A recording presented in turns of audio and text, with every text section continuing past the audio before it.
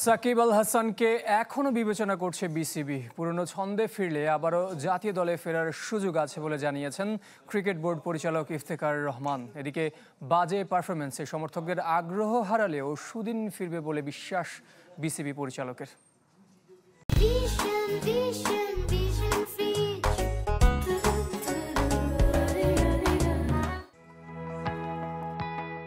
অবৈধ বোলিং অ্যাকশনের জন্য প্রায় 6 মাস নির্বাসনে ছিলেন সাকিব আল হাসান। পিএসএল দিয়ে আবারও ক্রিকেটে ফিরেছেন ঠিকই, তবে মাঠে পুরনো নবাবী চাল দেখা যায়নি। ব্যাটে বলে সুপার ফ্লপ মিস্টার অলরাউন্ডার। সাকিবের স্বরূপে ফেরার অপেক্ষায় বিসিবিও। সূত্র বলছে আরও কিছু বিদেশি লিগে খেলার সুযোগ তৈরি হচ্ছে সাকিব আল হাসানের। সেই ম্যাচগুলো পর্যবেক্ষণ করে পরবর্তী পদক্ষেপ নেবে ক্রিকেট বোর্ড। আমাদের selectors and team management is always তার কনসিডারেশনে থাকে, কিন্তু আপনি সাকিব আপনার যে রেকটিফাই করে আসলো, এটাই তো ফার্স্ট দুটো ম্যাচ খেললো, আরও কয়েকটা ম্যাচ খেলতে দেন। ক্রিকেটারদের পছন্দ বিবেচনায় মোহাম্মদ সালাউদ্দিনকে কোচিং প্যানেলে যুক্ত করে বিসিবি। তবে ক্রিকেটারদের মানসিকতায় বদল আনতে পারেননি দেশি কোচ।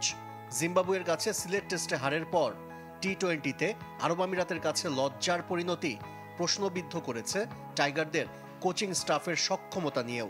কারো এটা দোষারোপ করার কিছু নেই।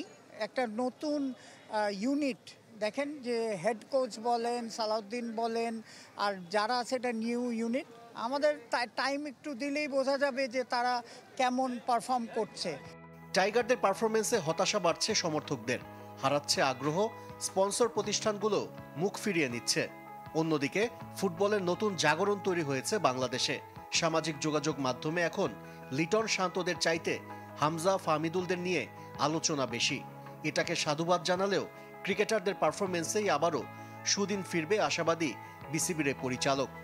ফুটবলে এখন দেখেন ওয়ার্ল্ড রিনাউন্ড প্লেয়ার খেলছে, একটা জোয়ার এসেছে, সো এটা আমরাও ওয়েলকাম করি। ভাটা বলে কোনো কথা নেই, আপনি পারফর্ম করবেন, ভালো খেলবেন, দেখবেন যে সাপোর্টাররা অলওয়েজ বিহাইন্ডে আছে। আশরিক রুদ্র, চ্যানেল 24, ঢাকা।